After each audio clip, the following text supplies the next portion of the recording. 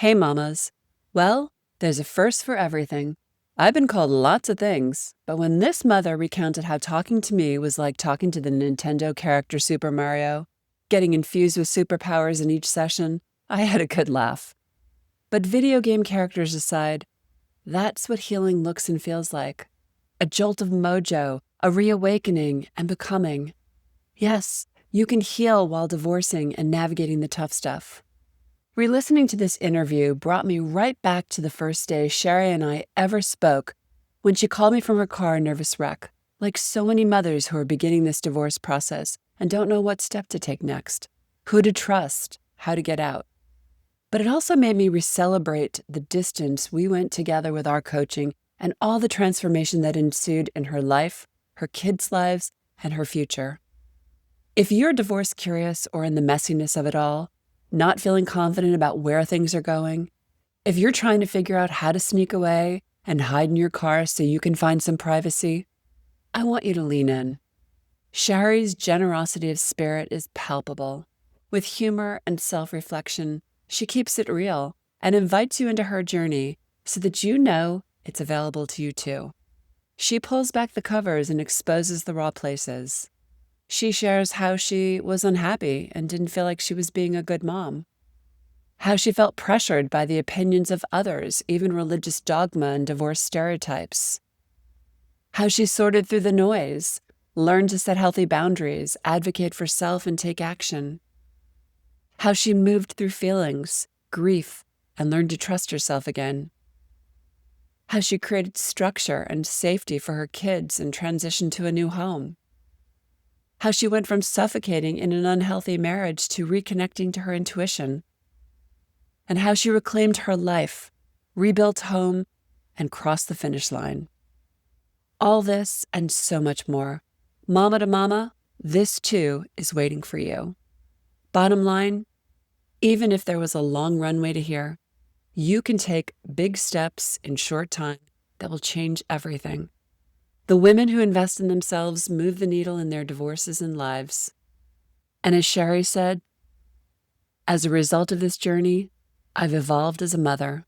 I'm more present. I pick my battles. It's not perfect, but it's really incredible to see myself evolve because I took care of me. It's made me a much better mom. How amazing is that? So I invite you to just sit, relax, and take this in, and may it be medicine to your aching soul right now. Hi there, mamas. Welcome to the Intuitive Divorce Podcast. I'm Kristen Noel, certified divorce coach and creator of the Best Self Intuitive Divorce, a game-changing program that transforms the experience and outcomes of divorce, one mother at a time. I call it Divorcing Differently. I'm here each week bringing you a quick message to support, inspire, and empower you to achieve the outcomes you want for yourself and your kids.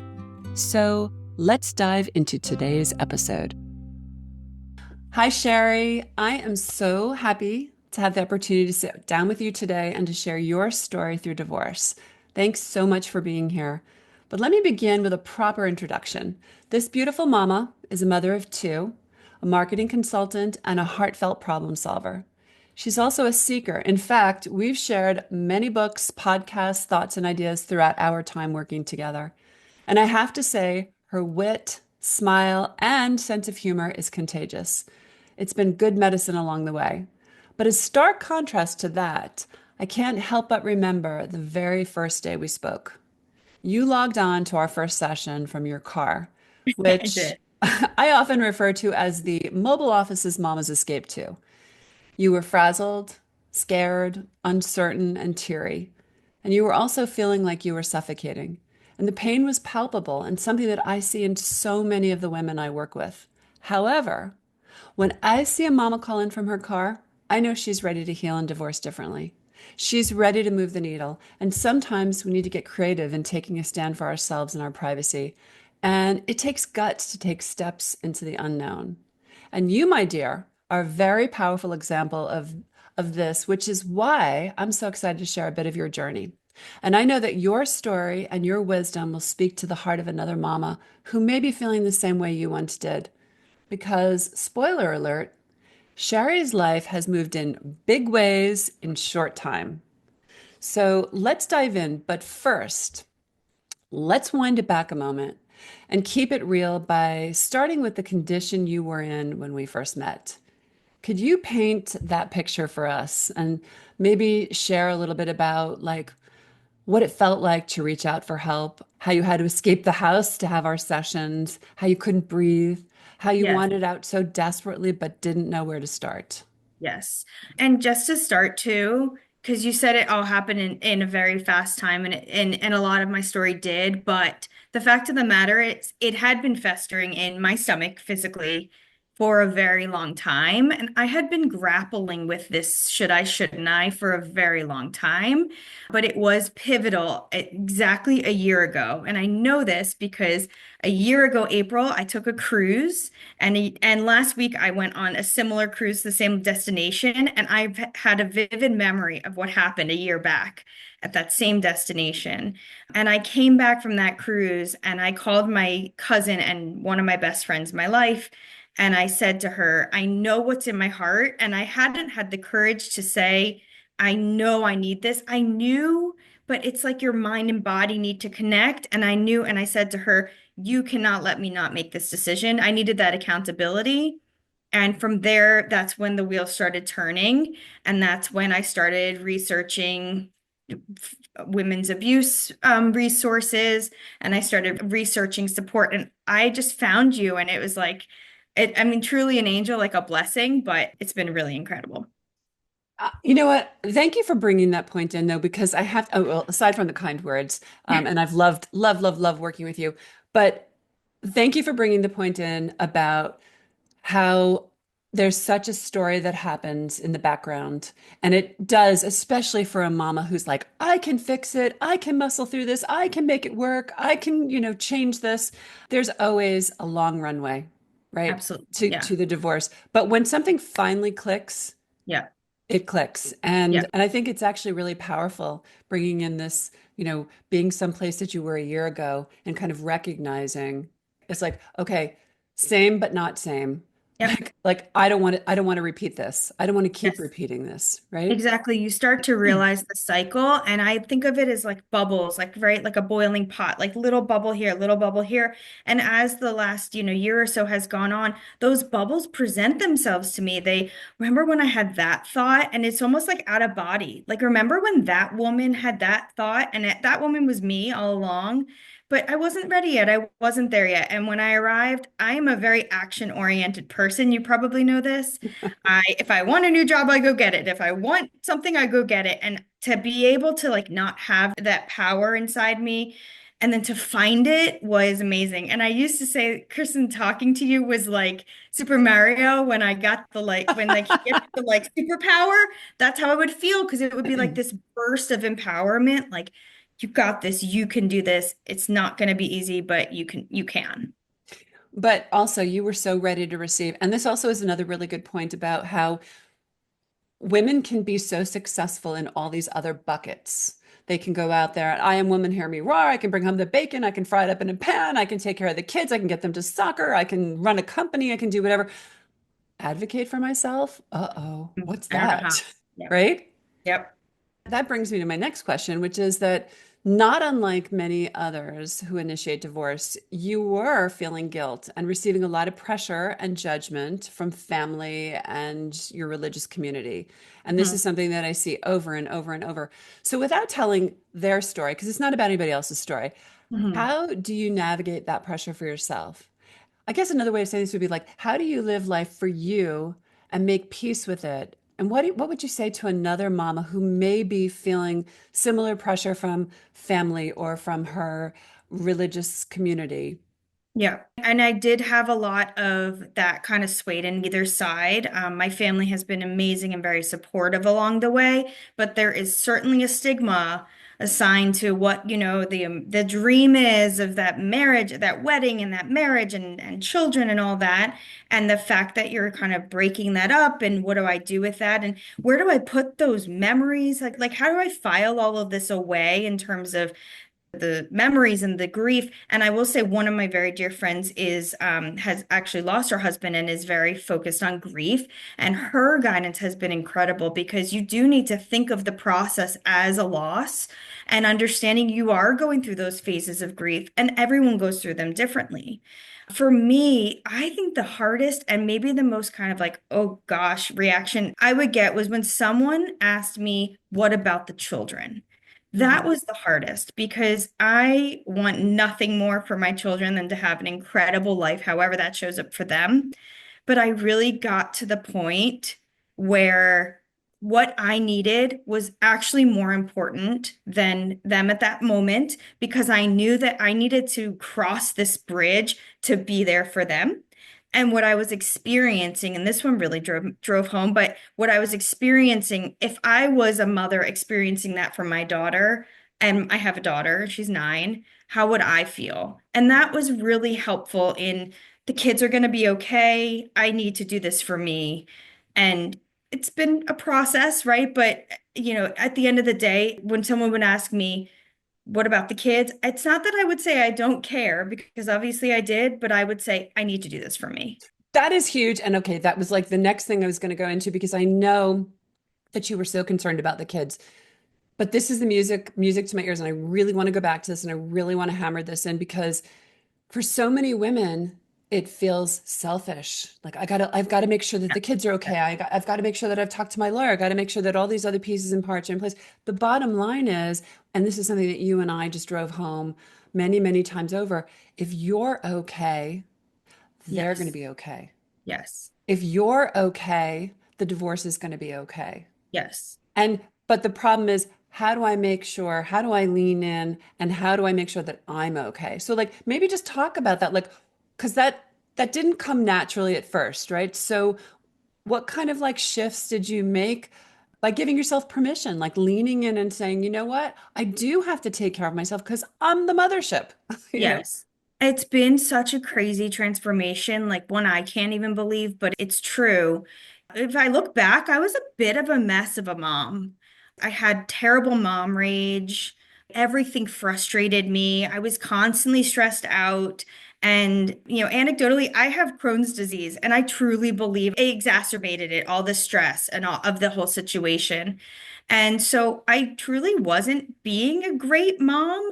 I was really unhappy deep, deep down inside. Even though I show up with a smile, I was really unhappy and serving myself. And by the way, I was doing the me time, right? I would exercise, I would play tennis, I would take baths, right? I was doing all that, but it wasn't solving a problem. I was still angry, frustrated, very easy to anger, very easy to exacerbate. And it's really been interesting since I've gone through this journey. I have evolved as a mother. I'm much more patient. I pick my battles.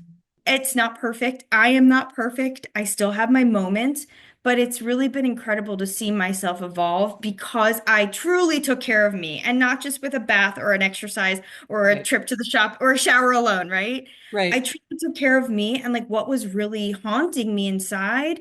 And it's made me a much better mom. I've showed up in such a better way for them. And honestly, I think my relationships with them have improved because of it too. Maybe I'm not scary mom anymore. I'm loving. And again, I'm still mom, but I think it's really helped our relationships evolve. And one day my daughter will understand, right, why I went through this and why I made this decision. Well, I appreciate your candor, but I think you're being a little hard on yourself because listen, motherhood is messy. Hmm. Motherhood is messy, then you toss in a divorce, right? So, one thing I do think that you so beautifully gifted to your children is that you were consistent. If mommy lost it, because mommy does lose it, right? It's like if mommy lost it, there was cleanup and a conversation, and there was consistency, and there was a foundation, and there was safety. Because I know for a fact that your children are safe to talk to you and to tell you how they feel. When we compartmentalize our feelings and we act like Stepford wives, we're not serving our children because No. then we're normalizing that Yes. behavior, right? And then they don't know how to express themselves in healthy ways, Yes. right? So I just have to toss that back to you and say that I appreciate your honesty. And it is messy. And you know what? Healing is messy and finding your way back to, like you can't green juice your way out of this problem, right? No, Like yeah. everyone just like, okay, I went to yoga class, everything's fine. No, you come home, you still have the same problems. You have the same you. You're still, Oh my gosh. And that has been something, again, one of those bubbles that's bubbled up for me. I play tennis. I love playing tennis. It's like my happy place. And I would remember going to tennis and I would be at tennis and I would have a good time, but I was like dreading coming home.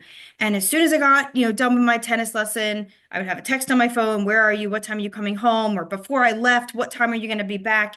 And to go to tennis right now in my stage and be able to be there in peace is like, wow, this is what I was missing, right? So again, listening to those bubbles. I think it's like you're unpacking now. Like there's certain things that we're aware of, but then Hmm. when you sort of get into your own space and you move on, you actually then realize, whoa, I was really Oh, enduring a lot more than I yes. actually was admitting, Yes. right? Or seeing because it Yeah. was, absolutely, overwhelming. Yes. So Exactly. when I first asked you to do this interview, this is back a couple of months ago. You immediately said yes, but you wanted to wait until the ink was dry on the divorce settlement. But I quickly told you that the juiciest, most inspiring part of your story isn't the ending, because that's Yes. not written yet. It's No. what I call the in between, right? And I really believe that you're the poster girl for seizing your now, because Yes. life doesn't stop because you're divorcing. You can't wait to be on the other side. And because you leaned in and continued to lean in, life kept unfolding in beautiful ways. Yes. And I'm not saying that this is easy by any means, but let's talk about how you've come alive and how life has shifted and how you made big decisions and big Yes. moves that, not that long ago, you didn't even think were possible.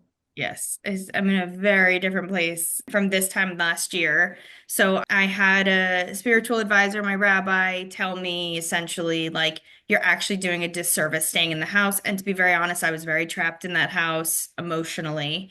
And I knew I needed to get out, but I didn't know how. And I think that that's the hardest thing is like, you need to, you just can't figure it out. Mhm. And I just leaped. So I went from those car phone calls with you, Mhm. and I actually said, I need to get out. And I don't know what the long term looks like, but I need to leave. And I rented an Airbnb that was long term. That was like a blessing. The other day, my daughter said, I miss the condo. That's what we called it, the condo. It was like my landing pad, right, for a period of time that I needed it. Can I Left. just stop you there for a second? Because I don't want to just jump through this, okay? Because Okay. we get because this is really like I think a lot of women are going to relate to this, right? We get set in a way of seeing our life.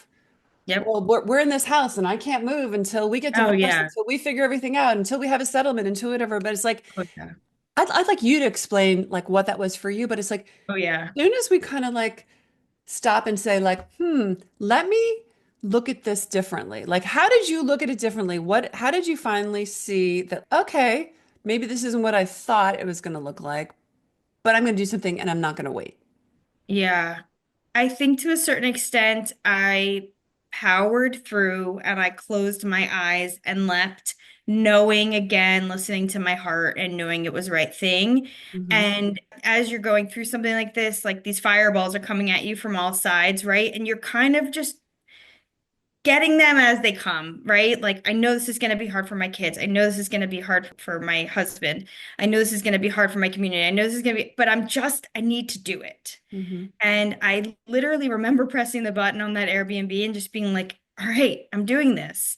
And having friends come help pack me up quickly and get me in a car and leave. It was I almost don't remember it because I do wonder if I was in a bit of a state of like, just go, just go. And it was the right thing. And as soon as I was there, I could breathe. And I think that and I had peace and I didn't need to get in a car to take a phone call because I had no privacy because I was suffocating there. So it was a bumpy road, but I just needed to do it.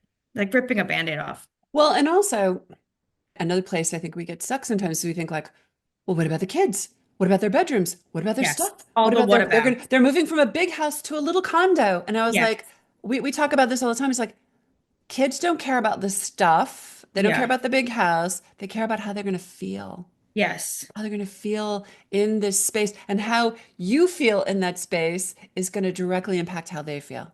Exactly. Making home cooked meals, serving tea. My daughter loves tea. Letting her watch a show that maybe I wouldn't have normally let her watch and watching it with me. We watched Love is Blind together and it kind of became a thing we did, even if it was a little inappropriate.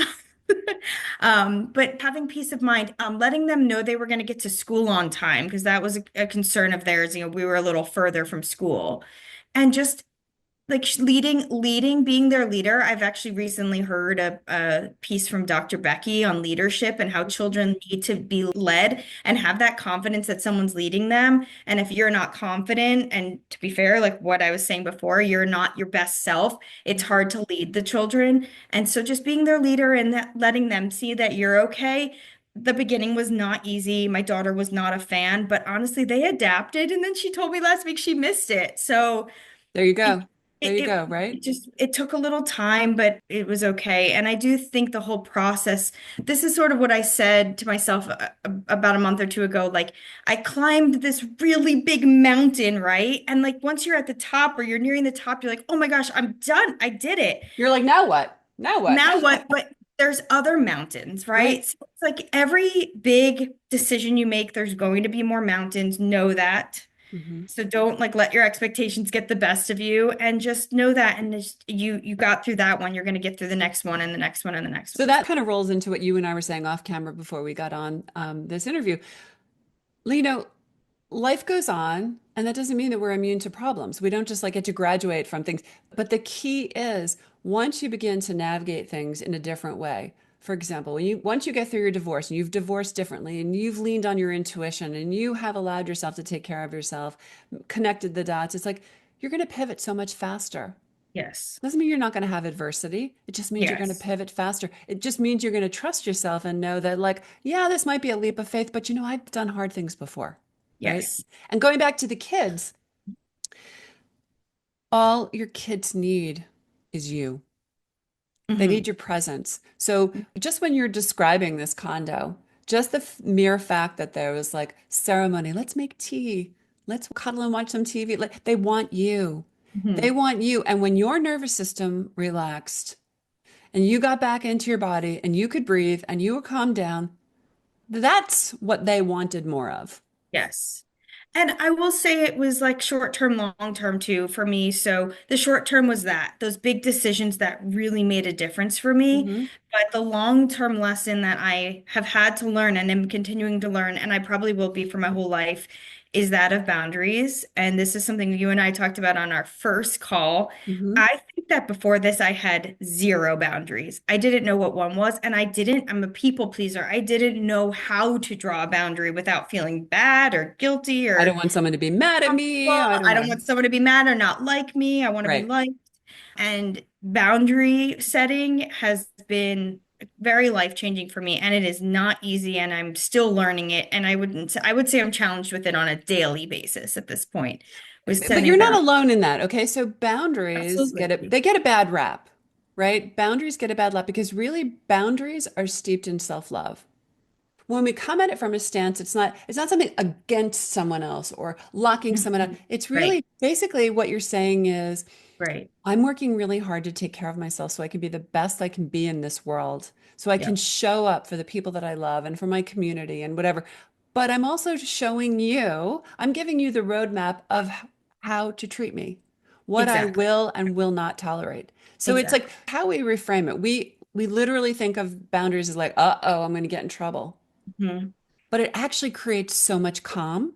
It Yes. creates, now it doesn't mean everybody's going to like it Mhm. initially, but it's clear. It Yes. creates calm, cuts through the crap, right? Mhm. And as someone who was with someone who basically the strategy was emotional bombardment, it's really hard to set a boundary because we're humans. I'm built to love, right? And I'm a caretaker. I'm built to take care of people. But when you say, I can't, and your phrase, and I say it to this day, I am not available for that. I'm Hmm. no longer available for that. And it just gives you that power up and then you leave, right? And I'm really working on on that But and being identifying the times when I say it and when I say it to myself or whatever that may be. and it's such a powerful statement. It's something that I tell all the mamas that I work with, and it's just a really powerful way to Yep. shut that chaos down, Yep. and to give yourself permission to not continuously dance in an unhealthy dance, right? Exactly. Yep. So I want to know, what have you learned about your intuition during this process? And were you surprised that it played a role here? My intuition. I mean, again, like I said, I think I had an intuition for a really long time.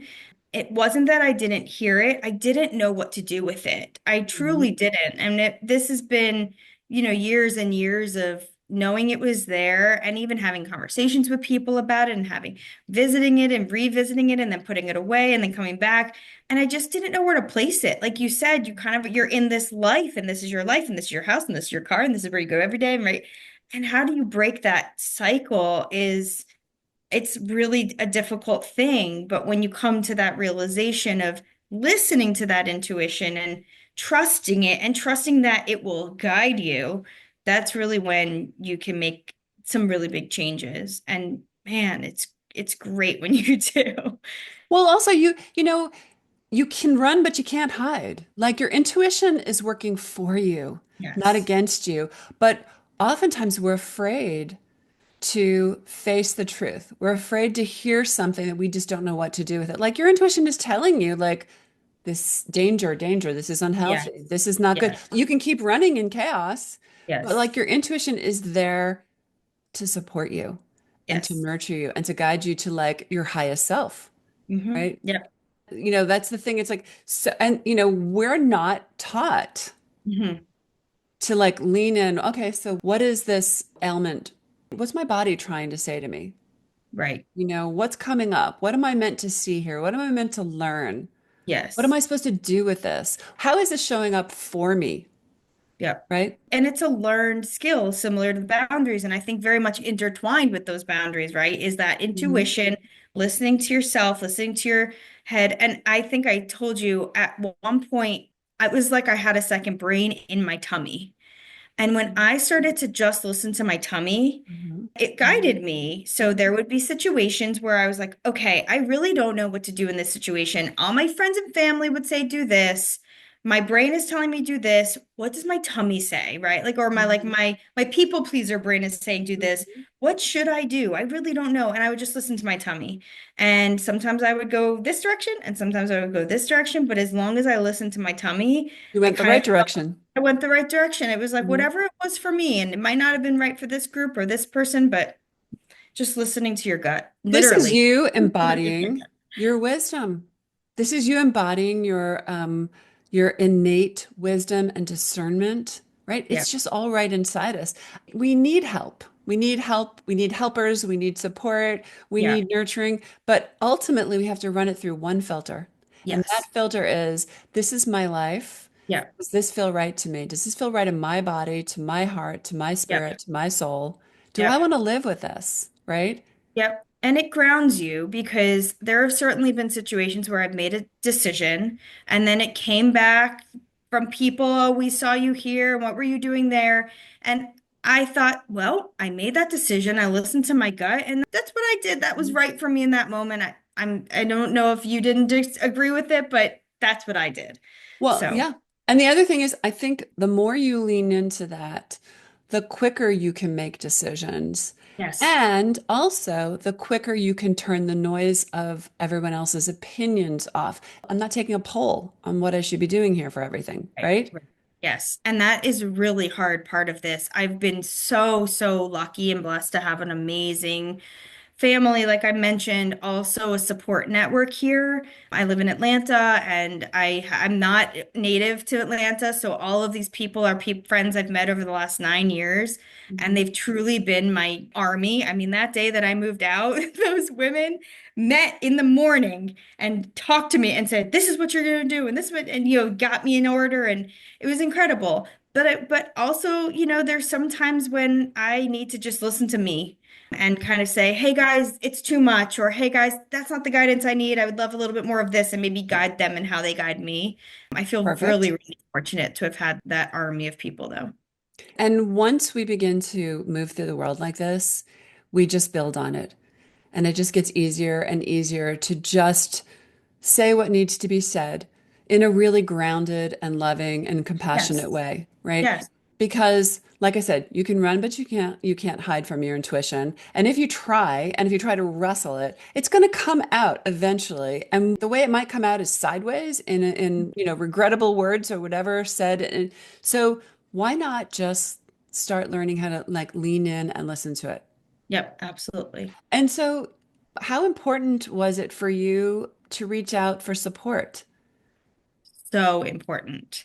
And maybe, like we just talked about, maybe I did it too much, right? Because you always feel like every decision and everything you're doing has to be validated, or you feel like every story has to be told. But I have to say the support support in all angles, right? Mhm. There was support in the form of, women just a phone call away. There was support in the form of moms who, maybe my son's best friend's moms taking him for the day so I could get things done, or just being there for me if I needed a couple hours. There was support in the form of family. There was support in terms of a lawyer. And of course, can't neglect talking about you and the support just to show up in these meetings and have an open ear and have that power up to just say, "You got this," and help me think through things and talk through things. I had a number of women over for Galentine's Day, and I gave everybody a mug with an elephant on it. And You, you me, and the probably know elephants. with this. Yeah. So this, with the elephants, and they take care of each other. And if an elephant's suffering, they kick up dust to hide it from predators. And that's truly what I got. And it is really amazing because aside from a few of these people that are maybe college friends, all of these are newer in life friends. Mhm. And they've really been there for me. And to be fair, their husbands have been there for me too, right? Like just an open ear or whatever it may be. So I've been incredibly lucky for that. And also, in all fairness, when we begin the process, most people like to have a lot of support around and they want to be able to talk about everything and like they bounce ideas, whatever. And then there comes a point because as you move through the process and as you're healing, you become a Yes, little bit more discerning. You're like, you know what? agree. I love your support. Thanks for Yeah, helping with my kids. But you know what? I don't really want to talk about this. Tell me yeah, how your day was. You know what I mean? You get to the yes. point where you're like, I don't want to be identified as the woman suffering through the divorce. Yes, Right? and I'm very aware of that. So I would say that's shown up in two ways. One is, yes, in the beginning, like surround me, kick up dust around me. I just need that. I just need that love and support. As it's gone on and I've gotten more confident in my decision-making skills, not that I shoo people away, but I feel more confident in my intuition and I feel more confident in my decision-making and guiding myself. And then I also feel I don't want to be selfish. I want to hear how your day was. I want to Right. hear what's new with you. And I've become much more aware of that. So I try not to get on the phone and talk too much. People ask and I'll tell, but I try not to get on the phone and focus on me quite as much because I'm kind of sick of hearing myself Yeah. talk about Yeah. this. Well, I want to you talk about that other things. that's the sign of healing, right? That's a sign of healing when you're just kind of like, Yeah, I'm I good. am so like ready to move beyond this story, right? Totally. And Yes. so I love that you have like this fierce female support around you because there's nothing better than that. But you again, you kept leaning in and you also really invested in yourself. And I know that that can be scary and I, Yes. I see it all the time. But the bottom line is the women that invest in themselves are the women that move the needle. Yes. Because if you don't invest in your outcomes, you can't just think happy thoughts. Like you need, Yes. you know, and Yes. you and things moved along really quickly. So I'd love, what would you say to another woman who, let's go back to Shari, who escaped to her car and was like really kind of like short of breath. What would you say to that woman? Like, is there anything you wish you hadn't done or you wish you had done or would do differently? Or what would you say to her about investing in herself? I would say find your resources. And by the way, those resources don't always have to cost money. Those resources can come free or, supplemented. The first phone call I made was to the domestic support organization or domestic violence organization and first the national, and then they guided me towards Georgia, and I had conversations with guides, and they were fantastic. It wasn't exactly what I needed, but I learned a lot from them, and it helped to kind of get me going. And it was all complimentary, right? And there were more resources that I didn't even take advantage of that were complimentary and free and able to be used however I needed it, if I needed it. I had been in therapy and I realized that the therapy wasn't really serving me I needed something tactical and actionable, and that's what you provided. I needed more sort of like help me talk through these problems. I don't want to talk about what happened to me as a child. I want to talk through my now, where I'm at, what happened this week, and how do I get through it, and where do I go from here. Another resource that was life-changing to me was a financial advisor. I was introduced to her through a past therapist. And I was in a situation where there was financial abuse and I had absolutely no control or knowledge of any of my finances. And she took me under her wing and helped me figure out and educated me on my finances. It was huge. It was so empowering. And now Mhm. I know my finances and she checks in on me from time to time. So it was about figuring out what I needed and having my resources get me there, or having resources introduce me to other options Mhm. that I needed. And along the way, I was introduced to other resources as well that I said, okay, that's really good to know that exists. I don't need that right now, right? So like having guiding yourself and your resources. And I can't leave out the fact that resources are also other people, right? So I mentioned Mhm. people watching my kids, someone driving my daughter home from softball tonight, right? Like where are my resources? Who can help me get through this? Because My you know what? tribe. My tribe. And you Mhm. know what? If anyone asked me in a minute, I would say yes in a heartbeat. So don't be afraid to reach out and ask people and figure out what you need and where your resources are, paid or unpaid. Exactly. And I love this sense of community, especially with children and school community, because oh my God, there's nothing more valuable than someone taking care of your kid for you.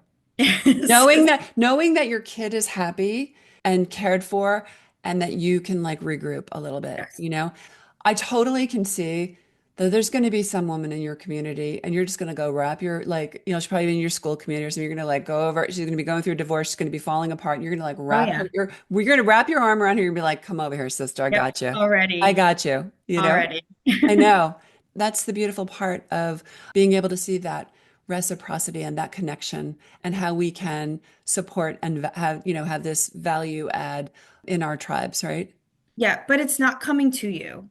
You Hmm. have to seek it out. You have to Hmm. figure it out, and you may make mistakes, but you have to figure out where your resources are and go get them. So, lastly, I wanted to say that it was ironic that when I first reached out to Sherry, I had this interview scheduled. I don't know. I guess we had it scheduled for like 6 weeks ago. Yeah, I wow. got this like terrible cold where I couldn't even speak, and then life gets in the way, and we got another date on the calendar. And I'm always a believer and trusting in the timing. But as I had mentioned earlier, that when I initially asked you to do the interview, you said like, "Oh, I want to wait till it's like done." And I was like, "No, no, no, because you're so alive in the divorce. Like everything Shari has been telling us in this conversation was while she was going through the divorce. So I really want to impress that upon any mama that is listening to this because when you feel like life is just like, in total chaos and you can still be living and you can be making decisions and thriving and healing like Yeah. it was All at the happening, same time. right? Exactly. So going back to this was interesting. So we reschedule, and as I say, I'm always a believer in just trusting the timing. Like if something doesn't work, it doesn't work and we move on, we find another date or whatever. But to that point, I've saved the best for last. Drum roll. Da-da-da-da. Tell us, Sherry, what has transpired in the last 6 weeks? Yeah, so in the last 6 weeks, and I guess I should know the date. I probably have it in a document somewhere. My divorce was finalized. We came to an agreement, and the papers were signed, and I'm on the other side. And I feel like I'm at the top of that mountain, looking down at more mountains to climb, right? But and the other sort of update, not to like bury the lead, but is I lived in that Airbnb for about 3 months or so, Mhm. November through the holidays into January, and I bought a new house. And that's where I'm living now. A And I'm beautiful new house. thrilled here. I'm so happy, and it is in itself a boundary, right? It's safe. It's safe physically. I have an alarm system, but it's also safe because it's just a sanctuary for me and for my kids. I really worked hard to get this place set up so that they felt comfortable almost immediately here, and they really like it here now, and I love it. So it's been a journey, and the journey's not over. It probably never will be, but it's really been an amazing year. You just have gone through incredible transformation since we worked together. And again, I know like when I opened this up and I said big things happened in short time, there was this whole prelude, but big things did happen in short time in this divorce process because you were so ready for change. You were Yeah. so committed. It didn't mean you weren't scared. It didn't mean that you Yeah. knew what you were going to do or how you were going to do it. It just was that you were ready. Yeah. And you leaned in and you said, I want to trust my intuition. I want to make a move. I want to get out. I want to breathe again. I want to exhale. It's like check, check, check, check, check, Yeah. you know? Yeah. And also, she's got the biggest heart. And part of the reason that we were like stuck in the weeds for a while is because she cares about everybody and so wants to For make it better or better. for worse, right? It's like a blessing and a curse. Well, what it really boiled down is that you ultimately got to the place where you realize, I've got to take care of me. I got to take Hmm. care of me. I've got to get like a foundation set here, take care of Yeah. the kids, get us settled. And even just listening to you, like it's going to be really exciting to hear where you are in like 6 months because more layers of the onion are peeling. Yes. Because as this Exactly. exhale takes a little bit of time.